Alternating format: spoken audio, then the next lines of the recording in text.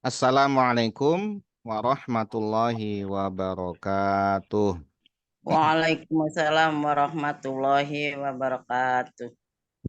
Bismillahirrahmanirrahim. Alhamdulillahi rabbil alamin. Wabihi nasta'in ala umuri dunya waddin. Wassalatu wassalamu ala ashrafil anbiya wal mursalin. Sayyidina wa maulana Muhammadin. Wa ala alihi wa ashabihi ajma'in. Wa la hawla wa la quwwata illa billahil aliyyil azim. Subhanaka la ilma lana illa ma 'allamtana innaka antal alimul hakim. Allahumma anfa'na bima 'allamtana wa 'allimna ma yanfa'una wa zidna ilma. Amin ya rabbal alamin. Bapak Ibu hadirin wal hadirat rahimakumullah. Alhamdulillah puji syukur kita panjatkan kehadirat Allah Subhanahu wa taala atas segala karunia nikmat yang dicurahkannya kepada kita semua.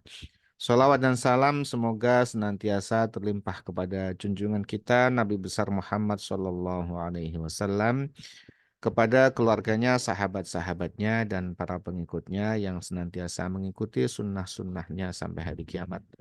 Semoga kita, keluarga kita, dan orang-orang yang kita cintai, anak keturunan kita, termasuk golongan umatnya Nabi Muhammad Sallallahu Alaihi Wasallam, dan nantinya akan mendapatkan syafaatul uzmah fi yaumil qiyamah. Amin ya rabbal alamin.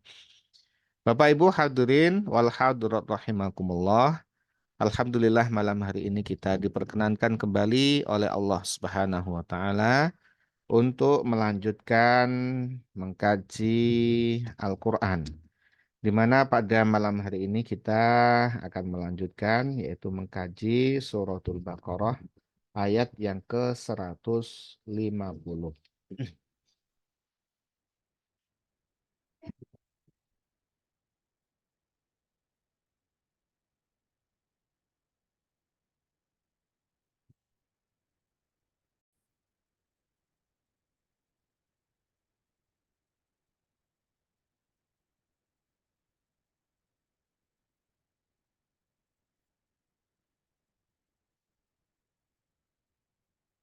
Qala Allah Ta'ala fi kitabihil karim wa huwa asdaqul qailin.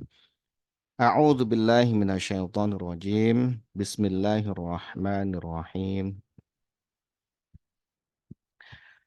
Wa min haitsu kharajta fawalli wajhaka syatral masjidil haram. وحيث ما كنتم فولوا وجوهكم شطره لئلا يكون للناس عليكم حجة لئلا يكون للناس عليكم حجة إلا الذين ظلموا منهم فلا تخشوهم واخشوني ولأتم نعمتي عليكم ولعلكم تهتدون.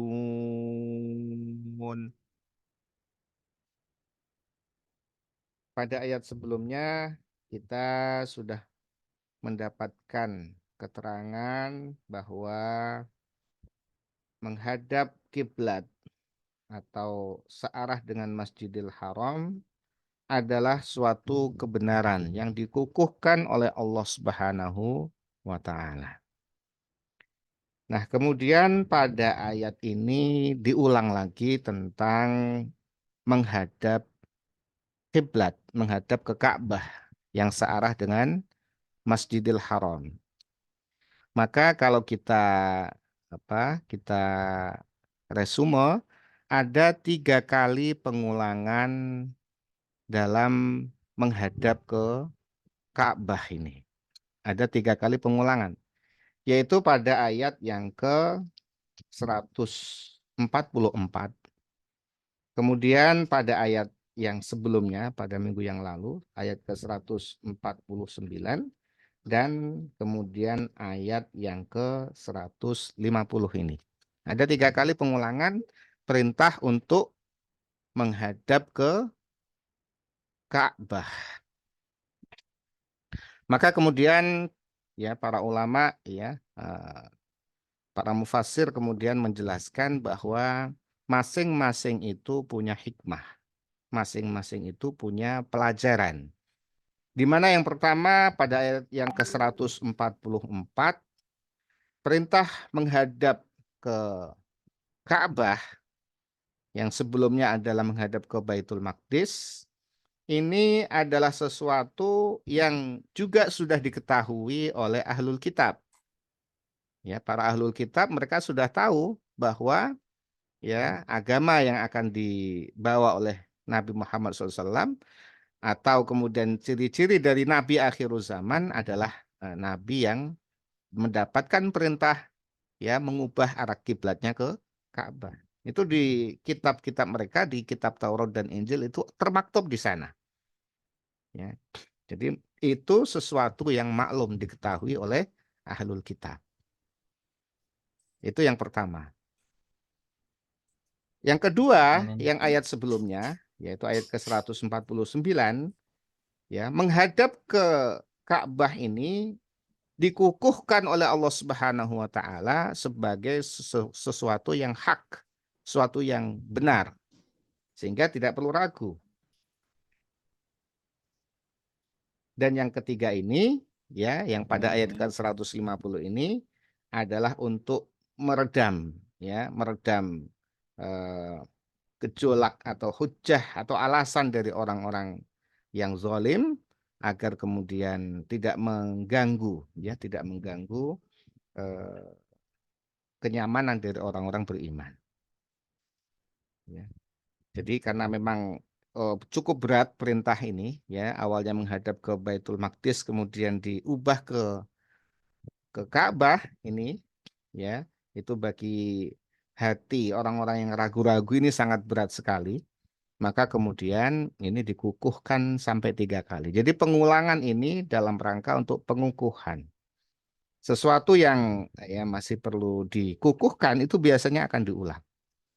Misalkan kita beri berita kepada seseorang, teman kita, "Hey, bapakmu datang." Mungkin kalau sekali berita seperti itu, orang itu masih masih masih apa bertanya-tanya, "Benar bapakku?" "Iya, bapakmu datang." Jadi kalau sudah diulang 2 kali itu, maka itu sudah lebih kuat daripada hanya sekali tadi disampaikan.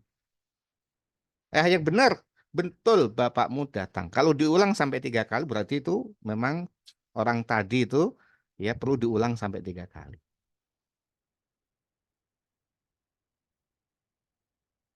Nah, oleh karena itu kemudian ya menghadap ke kiblat ini adalah suatu yang sudah dikukuhkan Allah Subhanahu wa taala, diketahui oleh mereka juga dan nantinya supaya tidak ada lagi gejolak ya. Kenapa?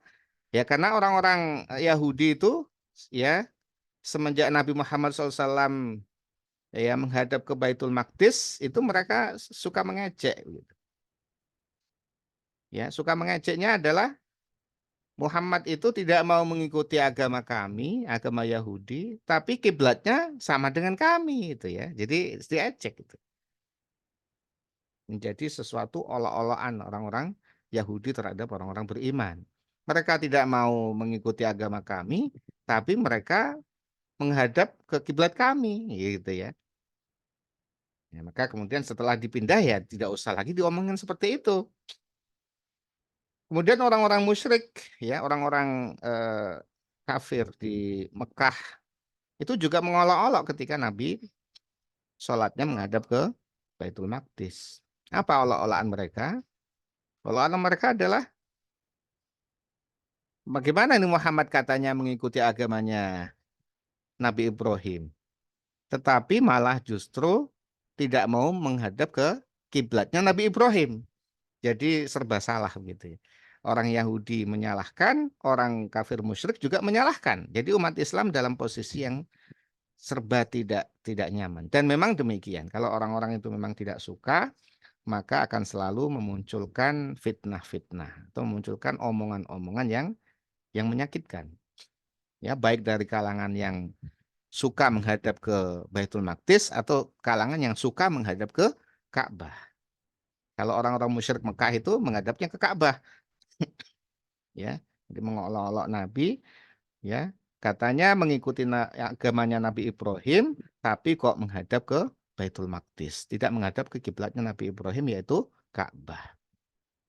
Maka dari itu, ya ini supaya kemudian tidak ada lagi alasan bagi mereka.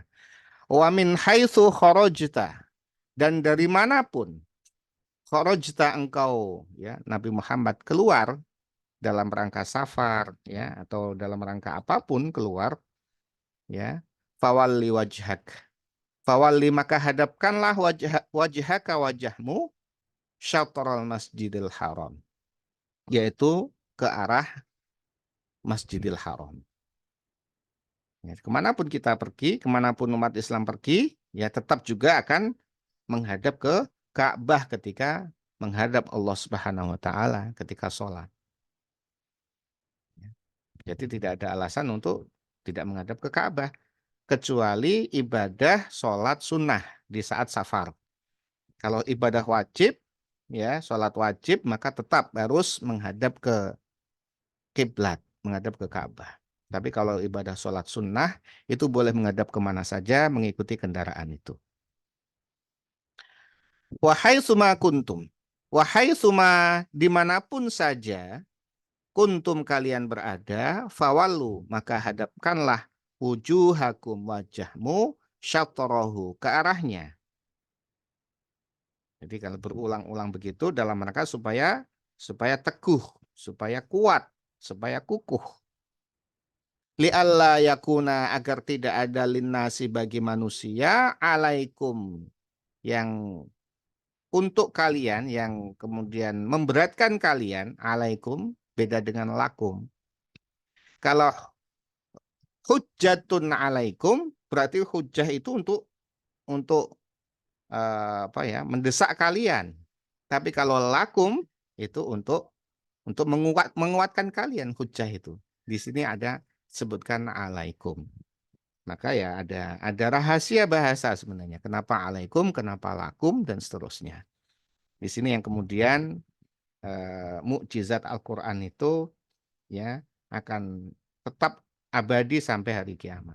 Tidak akan bisa disamai ya oleh manusia. Bahkan sudah ditantang ya siapapun dari kalian yang ingin menyamai Al-Quran, menandingi Al-Quran silahkan buat. Satu surah saja. Ya, tidak perlu harus 30 juz, satu surah saja. Bahkan pilih dari surah manapun. Kemudian coba bandingkan dengan Al-Quran. Tidak akan sanggup kalian. Bahkan kalian ajak seluruh ya bala-bala kalian, ya seluruh teman-teman kalian, atau bahkan seluruh manusia sudah ajak semuanya. Bahkan jin juga silahkan diajak semua untuk bersama-sama bersatu padu membuat semisal satu surah Al-Quran tidak akan sanggup, itu sudah dinyatakan demikian. Ya. Jadi mukjizat itu untuk mengalahkan ya kemampuan manusia. Sampai hari kiamat tidak akan sanggup manusia. Ini ya. Jadi agar tidak ada untuk kalian yang merugikan kalian hujjatun, itu hujjah alasan. Itu tadi ya, agar kemudian omongan-omongan Yahudi yang mengatakan bahwa umat Islam ini tidak mengikuti agama kami, tapi kiblatnya mengikuti kami. Bagaimana ini? Kalau mau kiblatnya ikut kami, ya sekalian aja ikut kami Yahudi, gitu ya. Atau kemudian orang-orang musyrik tadi itu, ya katanya mengikuti Nabi Ibrahim, tapi kok kiblatnya kok ke Baitul Maqdis, kok tidak ke Ka'bah, ya. Kiblatnya Nabi Ibrahim. Nah itu kalau sudah demikian, maka sudah berhenti, sudah gak ada lagi itu alasan seperti itu. Illalladzina zalamu, kecuali orang-orang yang zalim yang tetap juga akan menyakiti, yang akan menfitnah dan seterusnya. Ya kalaupun hujah tadi tidak berlaku, mereka pun juga punya hujah yang lain. Apa hujahnya? Ini betul-betul zalim itu. Ya Yahudi kemudian mengatakan, nah itu balik ke Ka'bah itu kan karena mengikuti bapak-bapaknya. Padahal bapak-bapaknya yang dimaksud adalah Nabi Ibrahim, itu juga bapak mereka juga gitu ya. Jadi kemudian begitu omongan mereka, ya, mengikuti agama bapaknya. Padahal bapaknya ya Nabi Ibrahim itu juga bapaknya orang-orang Yahudi sebenarnya. Jadi mereka seperti itu. Ya. Jadi apapun tindakan umat Islam itu akan selalu dinilai tidak baik bagi musuh-musuhnya. Sehingga tidak perlu dianggap, tidak perlu dijadikan beban. Minhum, orang-orang zalim di antara mereka itu. Mereka akan selalu mengatakan seperti itu. Fala takhshawhum, maka ya kalau sudah demikian maka fala takhshawhum. Janganlah kamu takut kepada mereka, khawatir kepada mereka. Ya, khawatir kalau mereka bagaimana sudah itu memang orang-orang zalim seperti itu. Ya. Dan juga agar kemudian orang-orang Yahudi ya itu tidak ada lagi harapan. Nantinya umat Islam akan mengarahkan kembali ke Baitul Maqdis. Ya, sehingga diulang-ulang sampai 3 kali ini agar Yahudi sudah berhenti angan-angan mereka. Oh, nanti Muhammad akan kembali lagi. Sekarang balik ke Ka'bah, nanti kembali lagi ke kami, ya, supaya tetap menjadi teman-teman kami. Itu tidak di stop, ya, karena sudah diulang sampai 3 kali. Berarti harapan mereka itu sudah selesai. Dan juga umat Islam sudah tidak ada lagi ya peluang untuk merubah arah kiblat kemanapun. Maka sampai hari kiamat arah kiblat tetap satu, yaitu adalah ke Ka'bah. Nah, arah kiblat yang satu ini itu juga bagian dari nikmatnya Allah Subhanahu wa taala. Ya. Bagaimana kemudian nanti umat Islam berhaji menyempurnakan rukun Islam kelima yaitu haji ke Mekah ke Ka'bah kalau menghadapnya masih ke Baitul Maqdis. Jadi akan membelakangi Ka'bah posisinya dan sesuatu yang tidak nikmat begitu. Ya, sehingga kemudian arahnya ke Ka'bah, ya orang-orang berhaji datang ke Ka'bah menghadapnya ke Ka'bah. Seluruh penjuru dunia juga menghadap ke Ka'bah, menghadap ke satu satu tempat, ya, menghadap ke satu tempat. Ini nikmat dari Allah Subhanahu wa taala. Maka ketika sholat, umat Islam semuanya sadar bahwa sedang menghadap ke Ka'bah. Menyembah Allah Subhanahu wa taala dengan menghadap ke Ka'bah, menghadap ke tujuan yang sama agar kemudian tercipta kesatuan hati umat Islam. Ya kalau menghadapnya beda-beda, ada yang ke sana, ada yang ke sana, ada yang ke sana, itu kan sulit untuk menumbuhkan kesatuan hati. Yang disembah adalah satu, yaitu Allah Subhanahu wa taala. Arahnya juga satu, yaitu ke Ka'bah. Tata caranya juga sudah ada ketentuannya, itu sholat. Maka kalau menyimpang-nyimpang itu ya tidak termasuk. Tata caranya satu, ya. Yang disembah juga satu, arahnya juga satu. Ini adalah supaya kemudian nikmat itu menjadi sempurna. Gitu. Fala takhshawhum, maka jangan kamu takut kepada mereka, wakhshawni, tetapi takutlah kepadaku. Takutlah kalau kalian tidak mengikuti perintah ini, maka justru kalian akan mendapatkan sanksi di akhirat nanti. Jadi jangan takut kepada mereka, tapi takutlah kepada aku, kepada Allah Subhanahu wa taala. Wali utimma ni'mati, dan ini kemudian dinyatakan oleh Allah Subhanahu wa taala, dan agar aku sempurnakan nikmatku. Ya, jadi nikmatnya menjadi sempurna, nikmat Allah kepada umat Islam menjadi sempurna, yaitu adalah ditunjukkannya hidayah Islam. Ya. Dengan hidayah Islam ini, manusia menjadi tertata kehidupannya, menjadi terarah kehidupannya. Ya, di mana sebelum datangnya Nabi Muhammad SAW itu nggak karuan itu, ya. Apalagi orang-orang musyrik Mekah itu nggak karuan itu, ya, nggak jelas itu, ya. Ya, di dalam kejahilian, di dalam kebodohan, tidak tahu apa yang harus disembah, menyembahnya malah ke patung-patung, ke berhala-berhala. Ya, dicipta-ciptakan sendiri itu berhalanya, ini namanya ini disembah, ini namanya ini disembah, ini bisa begini, itu mereka menciptakan sendiri. Yang diciptakan kemudian disembah oleh yang menciptakan itu, yaitu manusia, menyembah berhala, maka menjadi tidak karuan. Nah, dengan datangnya Nabi Muhammad SAW, maka menjadi tercerahkan umat itu. Ya, awalnya adalah bodoh, awalnya adalah minim literasi, maka dengan datangnya Islam menjadi umat yang unggul. Jadi umat yang unggul, ya, dalam segala bidang, akhirnya kemudian bisa menguasai, ya, apa, penjuru-penjuru benua di muka bumi ini. Ya, puncaknya adalah pada masa Sayyidina Umar bin Khattab, itu perluasannya begitu begitu masif. Nah, dari umat yang jahiliyah menjadi umat yang unggul, generasi terbaik, itu adalah dengan adanya hidayah Islam ini. Dan dengan kiblat yang sama, maka nikmat itu menjadi sempurna. Wali utimma ni'mati, dan aku agar aku sempurnakan nikmatku alaikum kepada kalian semua umat Islam, wala'allakum, dan agar kalian semua tahtaduna, yaitu mendapatkan petunjuk. Sehingga dengan syukur kepada Allah Subhanahu wa taala, maka kita akan akan diberikan kenikmatan dalam berislam ini.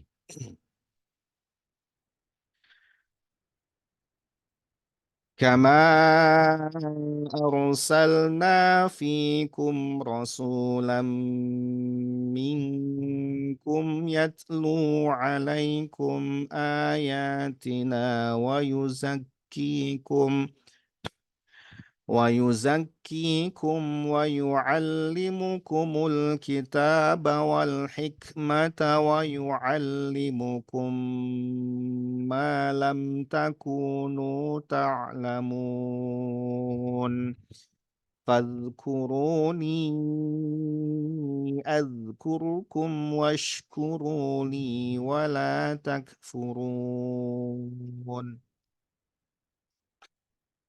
Nah, ayat-ayat yang sudah kita kaji sampai ayat yang ke-150 itu menuntaskan pembahasan tentang umat-umat selain umat Islam. Ya, mulai dari orang kafir, mulai dari orang Yahudi, orang munafik, sampai terakhir ayat ke-150, lebih dari sepertiga, ya, di suratul Baqarah ini tentang mereka, tentang ahlul kitab dan seterusnya, agar umat Islam menjadi faham, ya, tentang peta manusia, tentang bentuk-bentuk manusia itu. Sehingga dengan memahami bentuk-bentuk manusia, maka umat Islam menjadi tahu apa yang harus dilakukan. Jadi bukan dalam rangka untuk mengolok-olok mereka, ayat-ayat Al-Quran tadi. Ya, bukan dalam rangka untuk mencaci maki mereka, tidak. Ya, karena mereka memang demikian itu. Tindak tanduknya memang demikian, agar umat Islam belajar, agar umat Islam tahu. Dan tentunya tidak boleh sama dengan yang mereka lakukan. Karena tahu, maka tidak boleh sama dengan apa yang mereka lakukan, dan tahu apa yang harus dilakukan. Nah, kemudian ayat yang ke-151 ini, itu khitobnya atau diarahkan kepada umat Islam.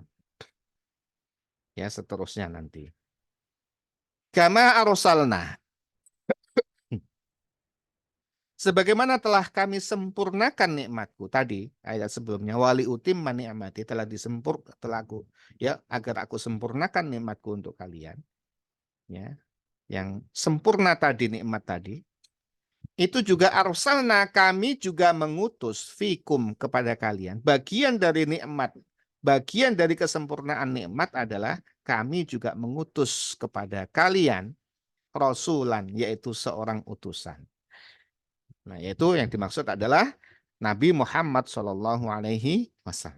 Ini arsalna rasulan. Ini juga ada hubungan yang sangat baik ini, pilihan katanya. Arsalna rasulan. Kami pun telah mengutus fikum, kepada kalian, rasulan, yaitu seorang utusan. Yaitu Nabi Muhammad SAW. Minkum, dari golongan kalian, dari kalian juga. Jadi Nabi Muhammad SAW itu bukan siapa-siapa. Artinya bukan dari tiba-tiba datang dari langit, itu tidak. Dari kalian. Ya, dari kalian itu maksudnya ya kalian sudah tahu juga bagaimana mulai dari proses beliau dikandung oleh ibunda. Kalian tahu semua. Bagaimana kelahirannya, kalian tahu. Bagaimana masa kecilnya, kalian tahu semua. Kalian lihat itu.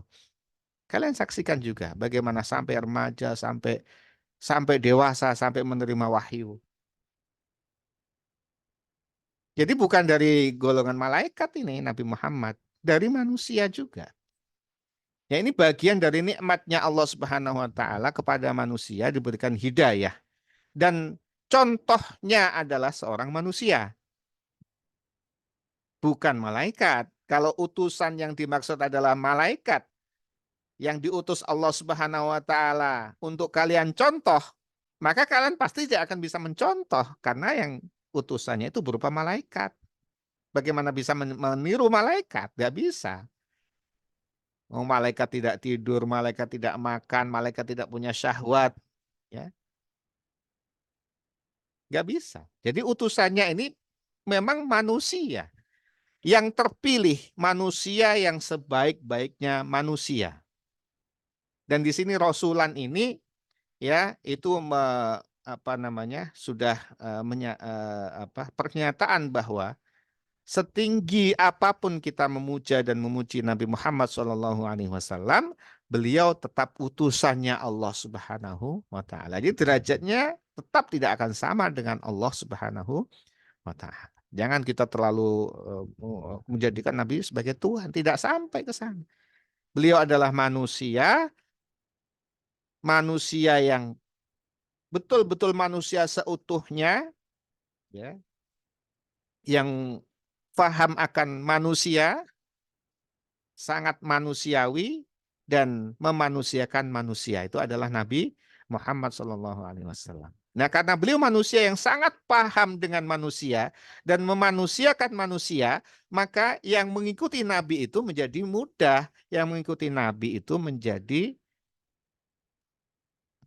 ya menjadi tidak susah begitu.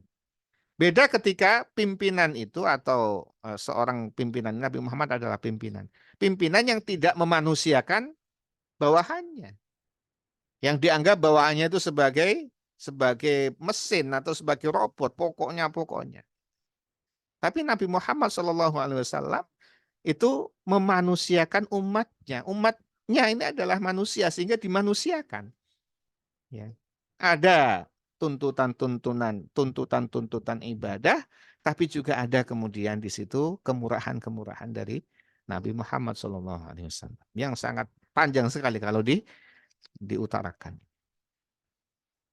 Apa tugasnya Nabi? Yatlu alaikum, yang membacakan kepada kalian ayatina, yaitu ayat-ayat kami. Membacakan Al-Quran. Jadi Al-Quran ini mukjizat yang sampai hari kiamat ya telah dibacakan oleh Nabi. Maka kemudian mukjizat ini membaca Al-Quran ini tetap ya statusnya adalah ibadah. Jadi membaca Al-Quran paham atau tidak paham itu bernilai ibadah. Beda dengan buku-buku yang lain. Ya. Dan sastranya sangat sangat tinggi sekali ini. Tidak akan bisa ditandingi oleh manusia. Wa yuzakkikum, dan menyucikan kalian dari kesyirikan, dari menyembah selain Allah Subhanahu wa taala, dari akhlak-akhlak yang buruk, agar betul menjadi manusia yang bersih, ya bersih baik fisik maupun jiwanya. Wa yu'allimukum, dan mengajarkan kepada kalian Alkitab, yaitu Al-Quran, wal hikmata, dan hikmah atau sunnah Nabi Muhammad SAW. Jadi Al-Quran itu juga selain dibaca, juga harus diajarkan, harus dipahami. Karena bagaimana kita bisa mengikuti Al-Quran, mengikuti petunjuk-petunjuk Al-Quran, kalau Al-Quran itu hanya dibaca. Maka tidak cukup umat Islam ini hanya membaca Al-Quran. Ya dibaca, ya kemudian difahami, diamalkan. Wa yu'allimukum, ada 2 kali mengajarkan, ini tugas Nabi. Wa yu'allimukum, dan mengajarkan kepada kalian yaitu apa saja, lam takunu, yang kalian semua belum ta'lamuna, yaitu belum mengetahui. Dengan adanya Nabi Muhammad SAW, ya, mengajarkan Alkitab, mengajarkan Al-Quran, dan contoh dengan sunnah-sunnah beliau, dan juga mengajarkan hal-hal yang kalian belum ketahui, kalian menjadi generasi terbaik sepanjang masa. Itu generasi sahabat. Kemudian berikutnya makin menurun. Ya. Ya. Bapak Ibu hadirin wal hadirat rahimakumullah, ya sudah Isya, ya. Kita cukupkan pembahasan kita malam hari ini. Semoga Allah Subhanahu wa taala menjadikan kita umatnya Nabi Muhammad SAW yang cinta kepada Nabi, kemudian meneladani sunnah-sunnah Nabi, ya, memahami Al-Quran dan juga sunnah-sunnah beliau. Amin ya Rabbal Alamin. Mari kita tutup kajian kita dengan membaca doa kafaratul majlis. Bismillahirrahmanirrahim. Subhanakallahumma wa Subhanakallahumma wa bihamdika bihamdika asyhadu an asyhadu la an la ilaha illa ilaha illa anta anta astaghfiruka astaghfiruka wa wa atubu atubu ilaik. Wal afu minkum. Wassalamualaikum warahmatullahi wabarakatuh. Waalaikumsalam Waalaikumsalam warahmatullahi wabarakatuh. warahmatullahi Matur nuwun. wabarakatuh. Terima kasih. Terima kasih, Ustaz. Oke.